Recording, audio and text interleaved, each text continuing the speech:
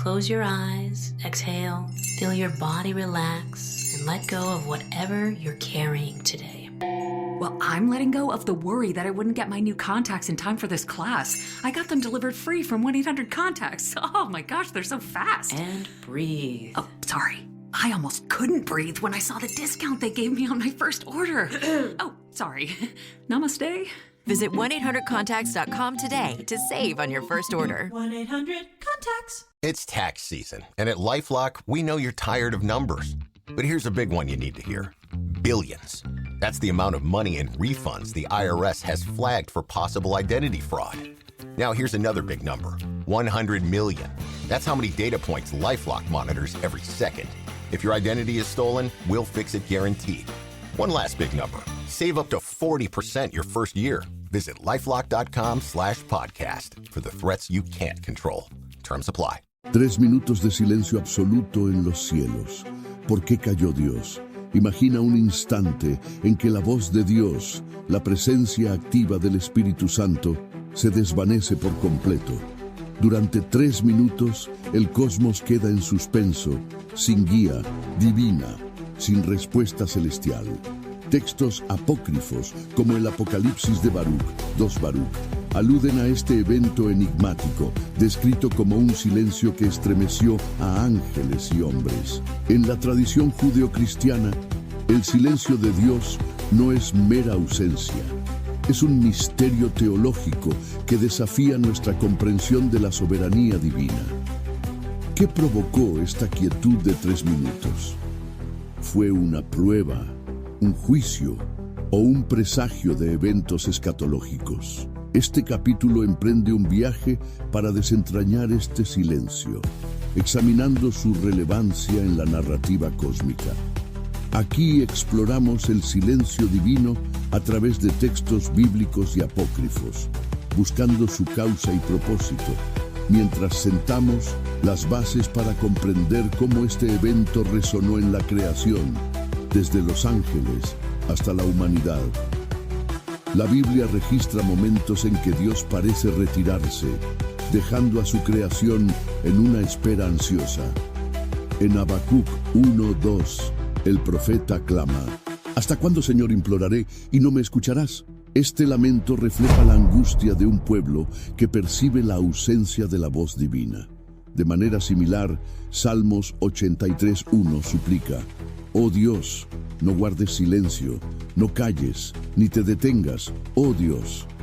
Estos textos sugieren que el silencio divino no es inusual, pero lleva un peso teológico.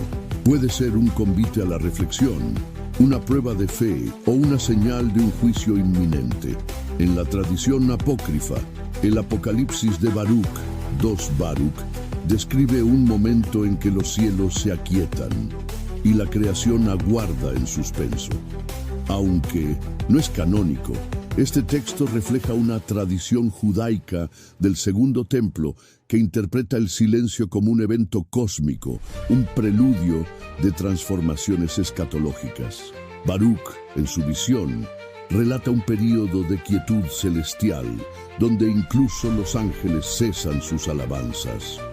Esta pausa, descrita como de 3 tiempos, es interpretada por algunos eruditos como una metáfora de 3 minutos, un instante breve pero desestabilizador que altera el orden divino.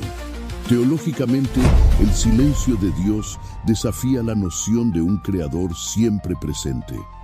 Para teólogos como Agustín, la ausencia percibida de Dios no implica abandono, sino soberanía. En sus confesiones, Agustín sostiene que Dios actúa incluso en el silencio, guiando a la creación hacia su propósito. Sin embargo, el silencio también puede interpretarse como una prueba. En Job 23, 8, 9, el patriarca lamenta no hallar a Dios en ninguna dirección, pero su perseverancia demuestra que el silencio divino puede fortalecer la fe. Documentalmente, la tradición rabínica ofrece perspectivas adicionales. El Talmud, Hagigá 14b, discute momentos en que la Shekinah, la presencia divina, parece retirarse del templo. Estos relatos sugieren que el silencio de Dios es un llamado a la introspección, un momento para que la humanidad busque arrepentimiento o renovación espiritual. En el cristianismo primitivo, los padres de la Iglesia, como Clemente de Alejandría, veían el silencio como un preludio a revelaciones mayores, preparando a la creación para un nuevo acto divino. El silencio de 3 minutos mencionado en tradiciones apócrifas habría ocurrido en un contexto escatológico, posiblemente vinculado a una transición entre eras cósmicas. Algunos estudiosos asocian este evento con la narrativa de Apocalipsis 8:1, donde el 7º sello se abre y hay silencio en el cielo por alrededor de media hora. Aunque la duración exacta varía en las interpretaciones, la idea de un silencio celestial resuena con la tradición de Baruch, sugiriendo un momento de expectativa antes de un juicio o revelación. Este silencio no afecta solo a la humanidad, sino también a los seres celestiales. La tradición judaica, como se ve en el libro de Enoc, describe ángeles que responden a la presencia o ausencia de Dios con acciones que alteran el curso de la creación. Si el Espíritu Santo, la voz activa de Dios, cayó, ¿cómo impactó esto a los ángeles que servían directamente en el trono divino? La respuesta podría estar en la figura de Lucifer, cuya rebelión, según algunas tradiciones, fue influenciada por un momento de crisis celestial.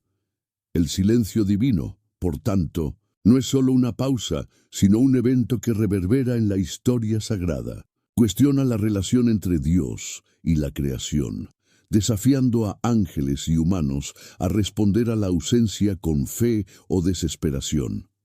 Este capítulo establece el escenario para explorar cómo este silencio pudo haber desencadenado eventos que moldearon la narrativa de la caída, el infierno y el juicio final. Si el Espíritu Santo guardó silencio por 3 minutos, ¿cómo afectó esto al ángel más próximo a Dios? ¿Estaba Lucifer, el portador de la luz, ya planeando su revuelta en ese momento de quietud? ¿Cómo el ángel más glorioso se convirtió en el adversario de Dios? Lucifer, descrito como el hijo del alba, Isaías 14:12, era el pináculo de la creación celestial, un ser de luz incomparable. Sin embargo, su caída marcó una ruptura irreversible en el orden divino, resonando a través de los siglos como el inicio del conflicto cósmico. Textos bíblicos y apócrifos sugieren que un evento crucial, tal vez el silencio divino de 3 minutos, pudo haber desencadenado su rebelión. ¿Qué llevó a este ángel a desafiar al Creador? ¿Fue orgullo, envidia o algo más profundo, arraigado en la propia naturaleza de la libertad celestial? Este capítulo desentraña la caída de Lucifer, combinando pasajes bíblicos, tradiciones apócrifas y reflexiones teológicas para explorar sus motivaciones y el impacto de su rebelión en la creación.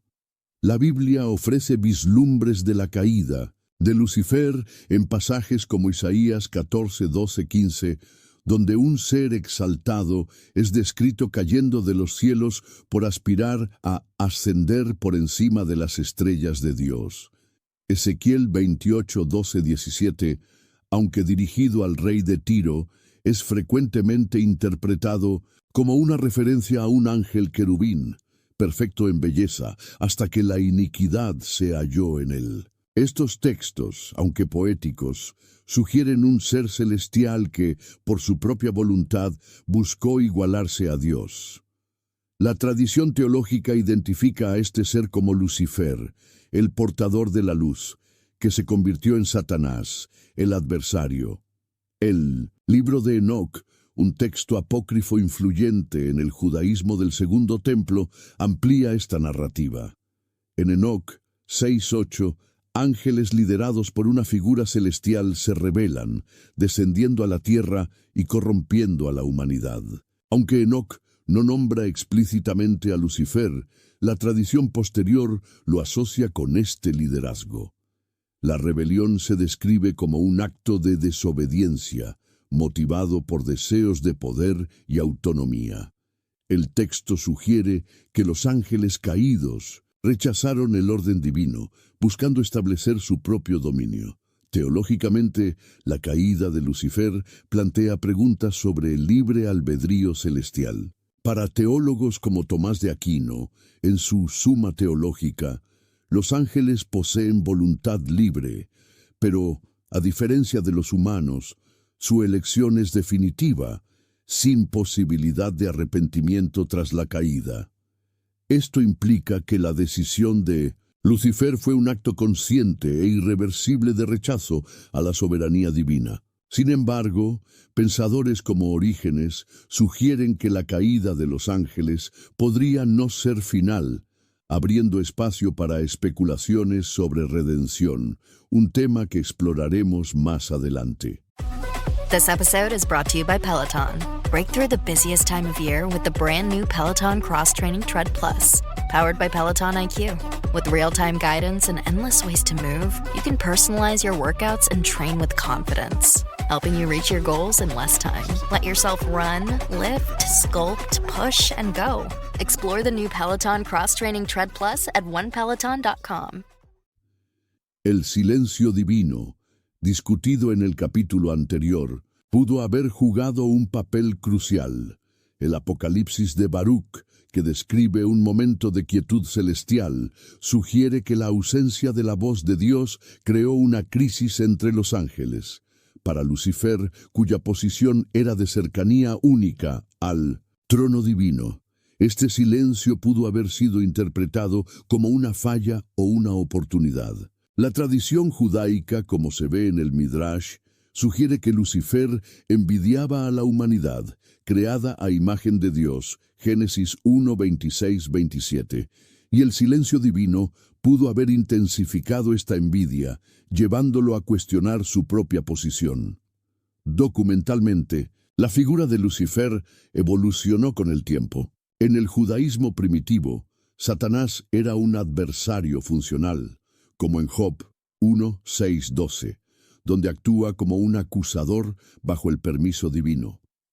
En el período intertestamentario, textos como Enoc y los manuscritos del Mar Muerto transforman a Satanás en una figura más antagónica, líder de una rebelión cósmica. En el cristianismo primitivo, padres de la Iglesia como Justino Mártir e Ireneo consolidaron la identificación de Lucifer con Satanás, enfatizando su caída como el origen del mal.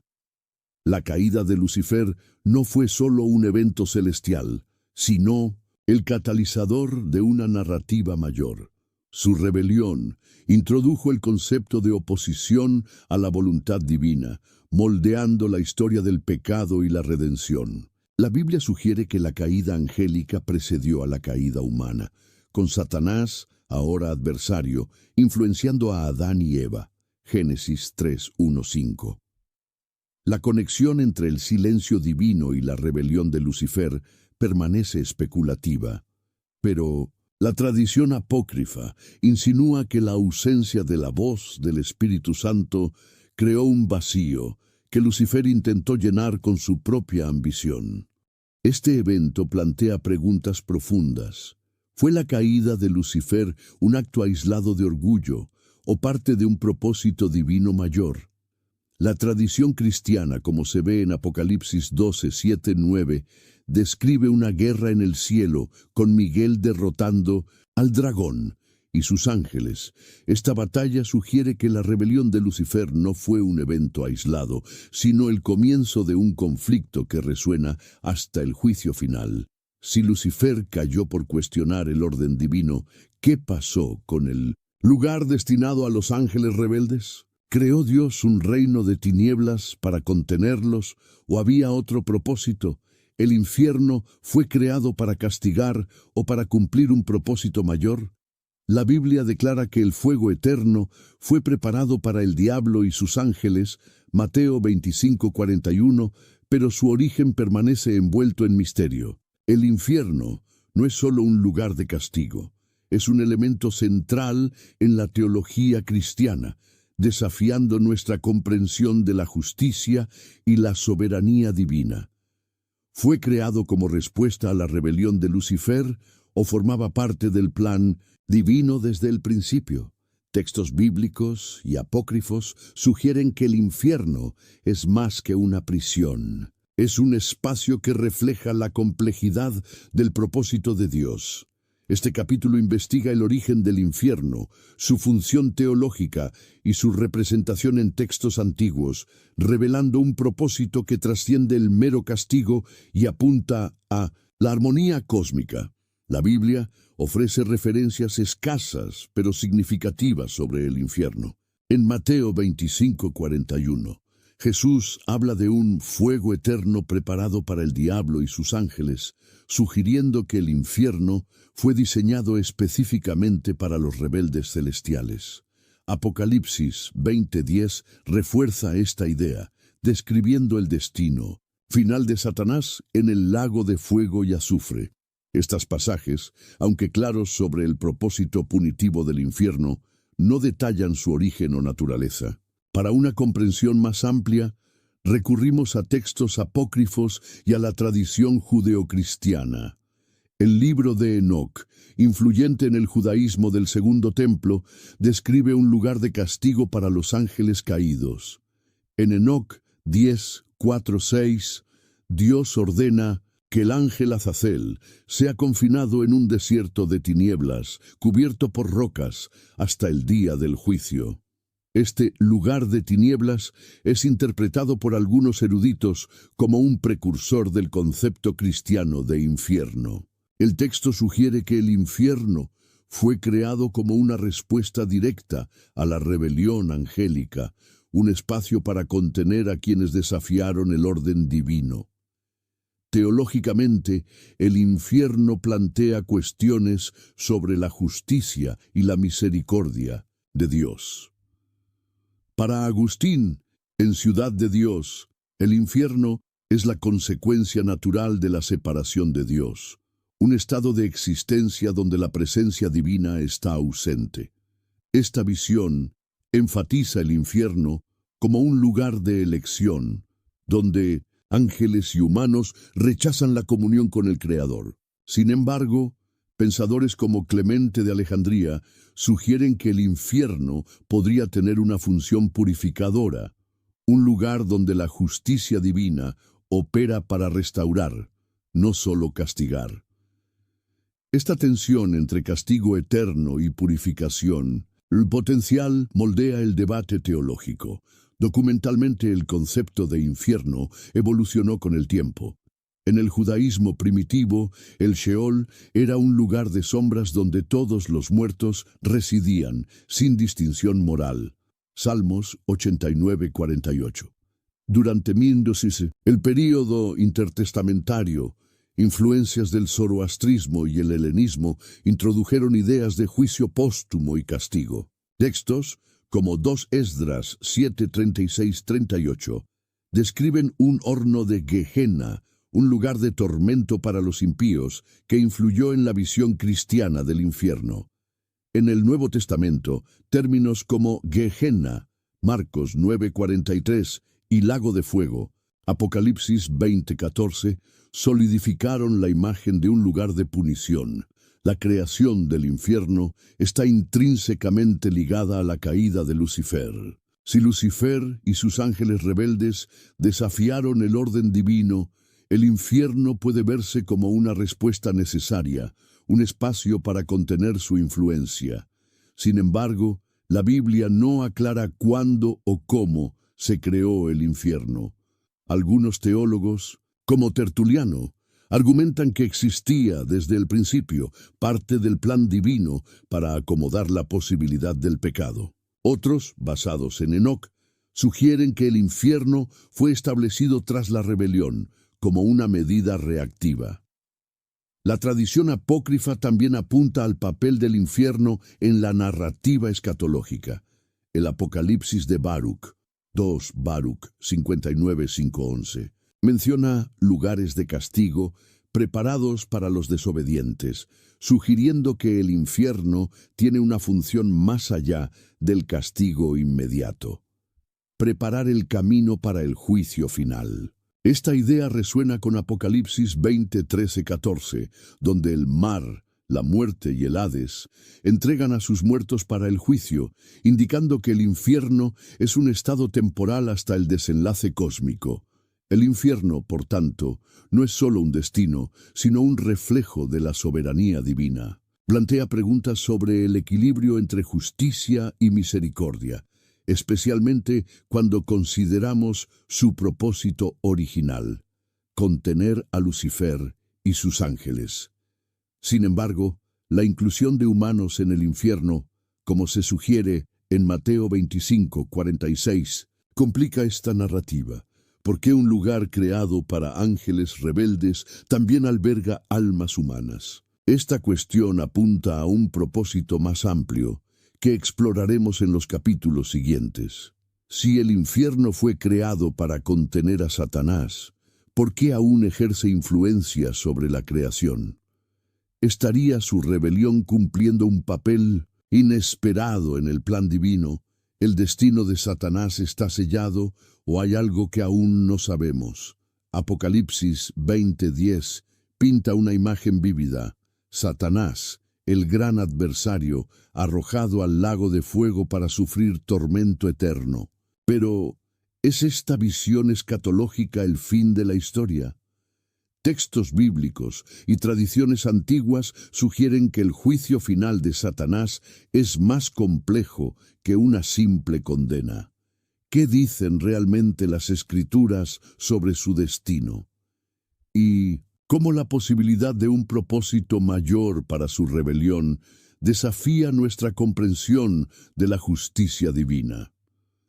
Este capítulo se sumerge en el misterio del juicio final, conectándolo al silencio divino y a la caída de Lucifer.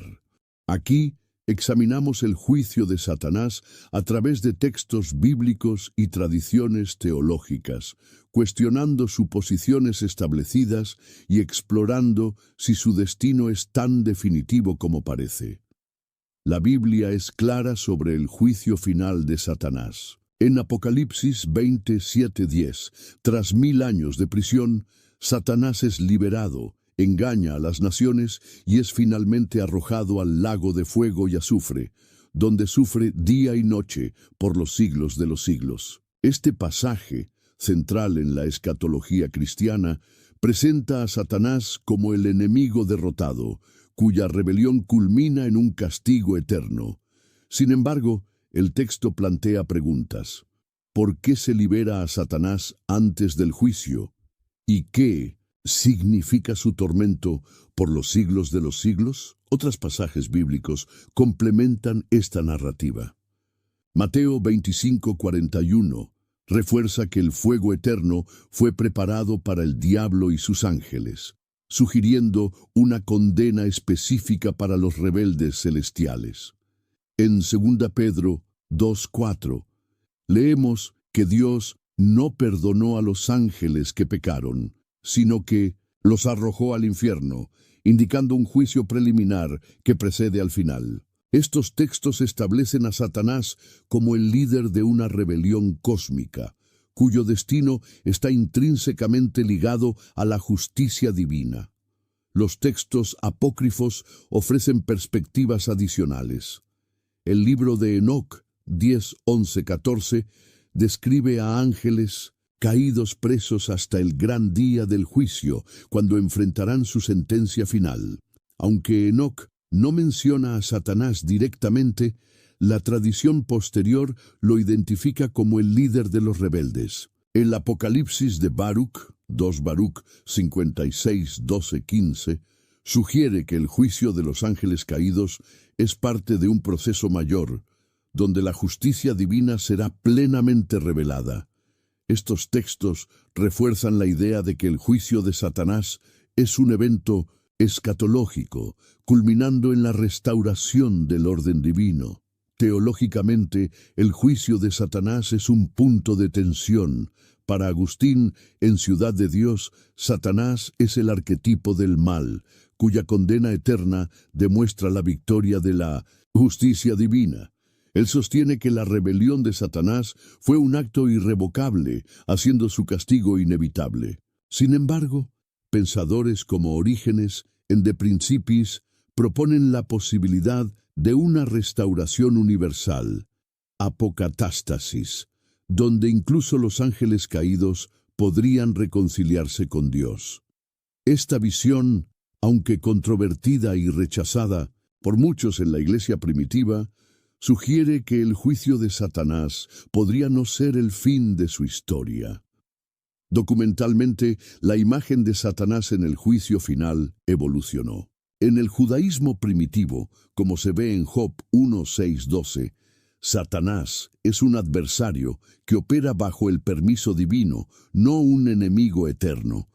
En el período intertestamentario, textos como los manuscritos del Mar Muerto, 1 QM, retratan un conflicto cósmico entre las fuerzas de la luz y las tinieblas, con Satanás o Belial como líder de la oposición. En el cristianismo primitivo, padres de la Iglesia como Ireneo y Justino Mártir consolidaron la visión de Satanás como el enemigo derrotado en el fin de los tiempos, una narrativa que influyó en la teología medieval. La conexión con el silencio divino añade complejidad. Si el silencio de Dios fue un catalizador para la rebelión de Lucifer, ¿cómo se relaciona con su juicio final? El Apocalipsis de Baruch sugiere que momentos de quietud celestial preceden eventos escatológicos, como el juicio. Tal vez los 3 minutos de silencio fueron un presagio, un momento en que la creación fue probada, incluido Satanás. Su incapacidad de permanecer fiel durante este silencio pudo haber sellado su destino, pero también plantea la pregunta: ¿y si su rebelión tuviera un propósito mayor en el plan divino? La liberación de Satanás en Apocalipsis 27:8, antes de su juicio final, es particularmente intrigante. ¿Por qué Dios permite que engañe a las naciones nuevamente? Algunos teólogos, como Gregorio de Nisa, sugieren que esto demuestra la libertad de la creación, permitiendo que ángeles y humanos elijan su destino. Otros ven esta liberación como una prueba final, preparando el camino para la victoria definitiva de Dios. El juicio de Satanás, por tanto, no es solo sobre castigo, sino sobre la manifestación de la soberanía divina sobre toda la creación. Si el juicio de Satanás es tan definitivo, ¿por qué la Biblia deja margen para especulación? ¿Sería posible que la gracia divina alcance incluso al mayor rebelde? La gracia de Dios puede alcanzar incluso al mayor rebelde. La idea de que Satanás, el adversario supremo, pueda ser redimido desafía siglos de teología cristiana. Apocalipsis 20:10 parece sellar su destino en el lago de fuego, pero textos bíblicos y pensadores como Orígenes sugieren que la misericordia divina podría ser más amplia de lo que imaginamos. ¿Y si el juicio final no fuera el fin para Satanás? ¿Podría la gracia de Dios, que reconcilia todas las cosas, Colosenses 1:20, incluir incluso al líder de los ángeles caídos? Este capítulo explora esta posibilidad provocadora, examinando las implicaciones teológicas y documentales de una redención cósmica. Aquí nos sumergimos en la controvertida posibilidad de redención para Satanás, analizando textos bíblicos, tradiciones apócrifas y debates teológicos que cuestionan la condena eterna. La Biblia ofrece indicios de una redención universal que desafían las visiones tradicionales de castigo eterno. Colosenses 1:19-20 declara que Dios reconcilió todas las cosas por medio de Cristo, tanto las que están en la tierra como las que están en los cielos. Romanos 11:32 sugiere que Dios encerró a todos en la desobediencia para usar de misericordia con todos. Estos pasajes, aunque no mencionan a Satanás directamente, abren espacio para especular si la gracia divina podría alcanzar incluso a los ángeles caídos. En la tradición apócrifa, el libro de Enoc 10, 11, 14 describe a ángeles rebeldes presos hasta el juicio final, pero no excluye la posibilidad de un propósito redentivo. El Apocalipsis de Baruch, 2 Baruch 59, 5, 11, habla de una restauración cósmica donde la justicia divina prevalecerá, pero deja margen para interpretaciones sobre el destino final de los rebeldes. Estos textos, aunque no canónicos, influyeron en el pensamiento judaico y cristiano primitivo, sugiriendo que el juicio podría tener dimensiones más allá del castigo. Teológicamente, la posibilidad de redención para Satanás está más asociada a Orígenes, quien, en De Principiis, defendió la apocatástasis, la restauración universal de todas las criaturas a Dios. Orígenes argumentaba que, si Dios es amor, 1 Juan 4:8, su gracia podría eventualmente reconciliar incluso a los ángeles caídos. Esta visión, sin embargo, fue controvertida. El Concilio de Constantinopla, 553 d.C., condenó la apocatástasis como herejía, afirmando que la condena de Satanás es eterna. Sin embargo, pensadores como Gregorio de Nisa también sugirieron que el propósito del juicio divino podría incluir purificación, no solo castigo. Documentalmente, la idea de redención universal tiene raíces en tradiciones judaicas y cristianas primitivas. El Talmud, Sanhedrin 99a, discute la posibilidad de redención para los impíos tras un período de purificación, aunque no menciona a los ángeles.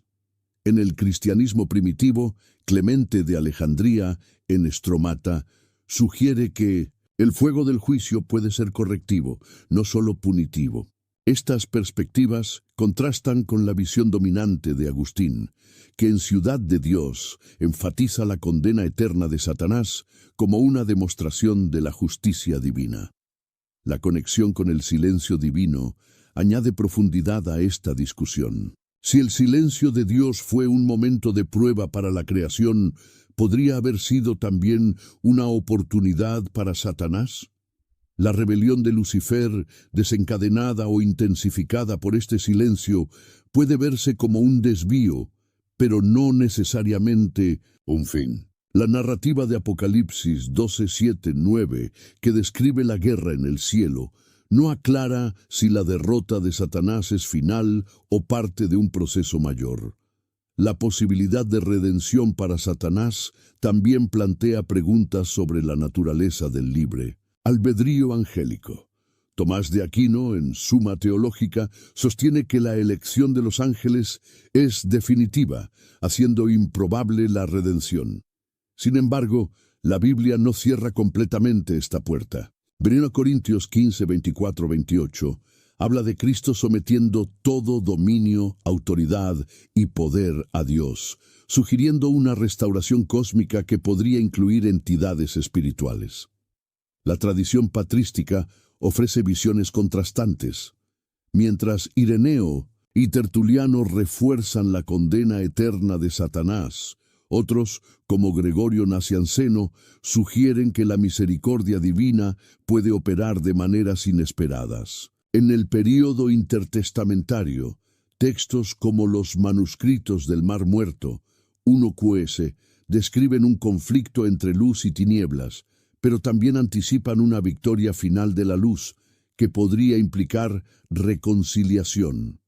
Si Satanás pudiera ser redimido, esto transformaría nuestra comprensión del plan divino. La narrativa de la caída, el infierno y el juicio ganaría una nueva dimensión. Lo que parece un fin podría ser un medio para un propósito mayor. Sin embargo, esta idea enfrenta resistencia. La tradición cristiana mayoritaria basada en 1900 Apocalipsis 20:10 ve a Satanás como el enemigo irredimible, cuya derrota glorifica la soberanía de Dios. La posibilidad de redención para Satanás nos obliga a reconsiderar la tensión entre justicia y misericordia. Si Dios es capaz de perdonar al mayor rebelde, ¿qué significa esto para la humanidad? ¿Y cómo encaja el silencio divino que pudo haber desencadenado la rebelión en este escenario? El silencio de Dios fue un aviso o una promesa. El silencio divino de 3 minutos, descrito en tradiciones apócrifas, resuena como un evento que trasciende el tiempo, marcando a la creación con una pausa cargada de significado. No fue solo una ausencia de la voz del Espíritu Santo, sino un momento que preparó al cosmos para eventos escatológicos.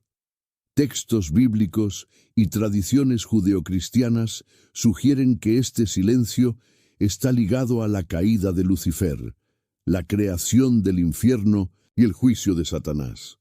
Pero ¿cuál es su propósito último? Este capítulo revisita el silencio divino, conectándolo a la narrativa mayor del plan divino. Aquí exploramos el silencio divino como un preludio escatológico, analizando textos bíblicos y apócrifos para revelar cómo prepara a la creación, para el juicio y la redención, uniendo los hilos de la narrativa cósmica. La Biblia registra momentos de silencio divino que señalan transiciones significativas. En Apocalipsis 8:1, el séptimo sello se abre, resultando en silencio en el cielo por alrededor de media hora. Este silencio, interpretado por algunos como un momento de expectativa antes del juicio final, resuena con la tradición apócrifa del Apocalipsis de Baruch, es 2 Baruch 3:7, que describe una pausa celestial de 3 tiempos, posiblemente 3 minutos. Esta quietud no es vacía, es un momento de tensión cósmica, donde ángeles y hombres aguardan la próxima acción de Dios.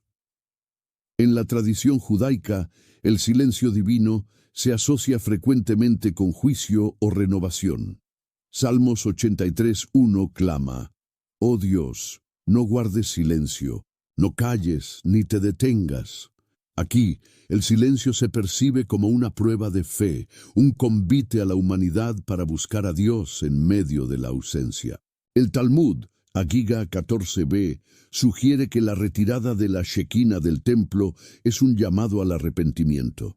Estos momentos de silencio no indican abandono, sino un propósito deliberado, preparando a la creación para un nuevo capítulo. Teológicamente, el silencio divino es multifacético. Para Agustín, en Confesiones, Dios actúa incluso en la quietud, guiando a la creación hacia su propósito. El silencio puede ser una prueba, como en Job 23:8-9, donde Job no encuentra a Dios, pero persiste en su fe. Alternativamente, puede ser un signo escatológico, como sugiere Habacuc 2:20. El Señor está en su santo templo, calle ante él toda la tierra. Este versículo implica que el silencio es una respuesta reverente a la majestuosidad divina, preparando a la creación para su revelación. El silencio de 3 minutos, mencionado en tradiciones apócrifas, puede interpretarse como un evento que probó tanto a ángeles como a humanos. En el contexto de la caída de Lucifer, el silencio pudo haber sido el catalizador de su rebelión. El libro de Enoc 6:1-8 describe a ángeles que, ante la ausencia divina, eligieron actuar por su cuenta. Para Lucifer, el silencio pudo haber sido un momento de duda, llevándolo a cuestionar su posición en el plan divino. Documentalmente, la idea de silencio divino resuena en las tradiciones del judaísmo del Segundo Templo. Los manuscritos del Mar Muerto, 1QM, describen un conflicto cósmico precedido por momentos de pausa divina, donde la creación aguarda la intervención de Dios. En el cristianismo primitivo, padres de la Iglesia como Clemente de Alejandría veían el silencio como un preludio a revelaciones mayores. En Estromata, Clemente sugiere que la quietud divina prepara el alma para comprender verdades espirituales profundas. La conexión con el infierno y el juicio de Satanás es crucial. El infierno, creado como un lugar para los ángeles rebeldes, Mateo 25:41, pudo haber sido una respuesta a la desorden iniciada durante el silencio divino. El juicio final de Satanás, descrito en Apocalipsis 20:10, es precedido por eventos que sugieren una pausa cósmica, como el silencio del séptimo sello. Esta pausa puede verse como un momento de preparación, donde la creación es llamada a alinearse con la voluntad divina antes del desenlace escatológico. La posibilidad de redención también se conecta al silencio. Si la gracia divina puede alcanzar a Satanás, el silencio de 3 minutos pudo haber sido una oportunidad para que reconsiderara su rebelión. La tradición de Orígenes, que defiende la apocatástasis, sugiere que momentos de silencio son chances para que la creación regrese a Dios. Aunque esta visión es minoritaria, destaca el papel del silencio como un convite a la restauración, no solo al juicio. El silencio divino, por tanto, es más que una ausencia. Es un evento escatológico que une la narrativa de la caída, el infierno, el juicio y la posible redención. Desafía a la creación a responder con fe o rebelión, moldeando el curso de la historia sagrada. El silencio fue solo el comienzo. ¿Qué revela sobre el clímax de la historia divina, donde la justicia y la misericordia se encuentran?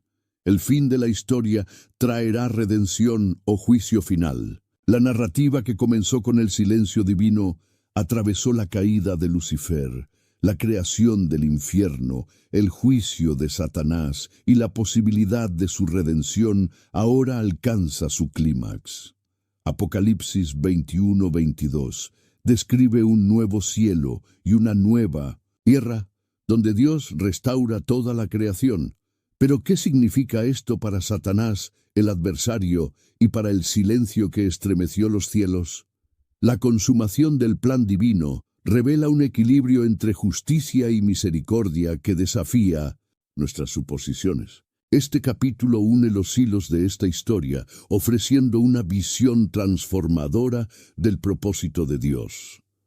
Aquí sintetizamos el silencio divino, la caída, el infierno, el juicio y la redención, explorando textos bíblicos y tradiciones para revelar el desenlace de la armonía divina y sus implicaciones para la creación.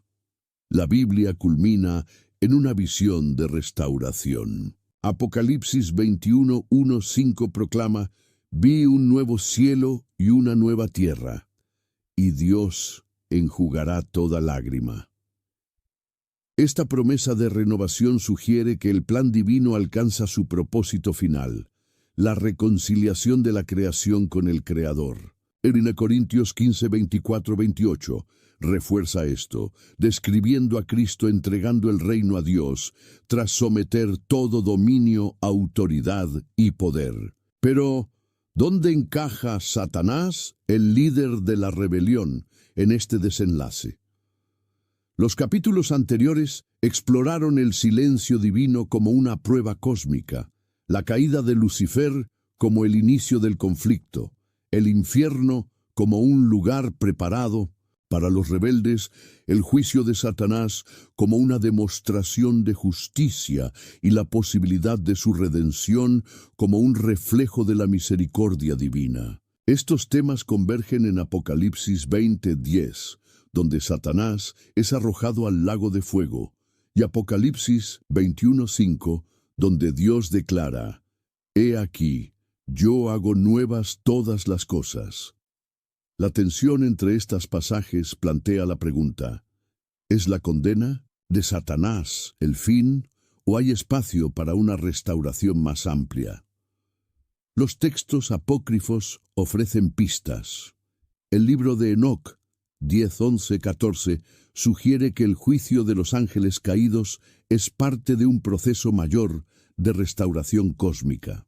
El Apocalipsis de Baruch 2 Baruch 59:5-11 anticipa un tiempo en que la justicia divina será plenamente revelada, pero no excluye la posibilidad de redención.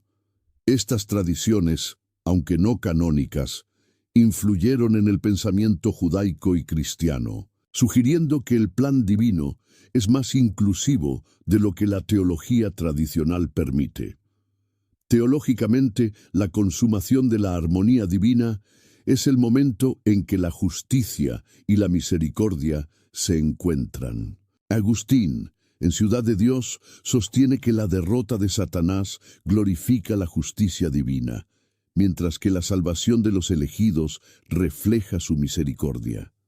Sin embargo, Orígenes, en De Principis, propone la apocatástasis, donde incluso los ángeles caídos podrían ser restaurados. Aunque condenada como herejía, esta idea resuena con pasajes como Colosenses 1:20, que habla de la reconciliación de todas las cosas por medio de Cristo. La posibilidad de redención para Satanás desafía la visión de un destino fijo, sugiriendo que el plan divino puede ser más complejo. Documentalmente, la narrativa de la consumación evolucionó. En el judaísmo primitivo, el Sheol era un lugar neutro para los muertos, Salmos 89:48, pero textos intertestamentarios, como 2 Esdras 7:36-38, introdujeron ideas de juicio y restauración. En el cristianismo primitivo, padres de la Iglesia, como Ireneo y Tertuliano, enfatizaron la derrota final de Satanás, mientras que Gregorio de Nisa y Clemente de Alejandría sugirieron que el juicio podría tener un propósito purificador. Los manuscritos del Mar Muerto, 1QS, anticipan una victoria de la luz sobre las tinieblas, pero dejan margen para interpretaciones de reconciliación. El silencio divino, iniciado en el primer capítulo, es la clave para entender esta consumación. Si los 3 minutos de quietud fueron una prueba, como sugiere Habacuc 2:20, prepararon a la creación para el desenlace escatológico. La rebelión de Lucifer, el infierno y el juicio de Satanás son eventos que, vistos a la luz del silencio, revelan un propósito mayor: la restauración de la armonía divina. Apocalipsis 8:1, con su silencio de media hora, refuerza esta idea, marcando un momento de expectativa antes de la revelación final. La consumación de la armonía divina, por tanto, no es solo sobre la derrota del mal, sino sobre la manifestación del amor de Dios. Si Satanás, como sugieren algunos teólogos, pudiera ser redimido, esto redefiniría la narrativa cósmica. Incluso si su condena es eterna, como afirma la tradición mayoritaria, la victoria de Dios en Apocalipsis 21:22 trasciende el castigo, apuntando a una creación renovada. El silencio divino, la caída, el infierno y el juicio son etapas de un plan que culmina en la gloria de un nuevo comienzo. Este capítulo nos invita a reflexionar. ¿Qué significa un Dios que opera en el silencio, permite la rebelión y prepara un juicio que puede incluir redención? La respuesta está en la soberanía divina, que transforma incluso los mayores conflictos en instrumentos de su voluntad. Y si el silencio de Dios fuera el preludio de una nueva creación, donde la redención alcanza incluso los confines del infierno. ¿Qué revela esto sobre el corazón del Creador?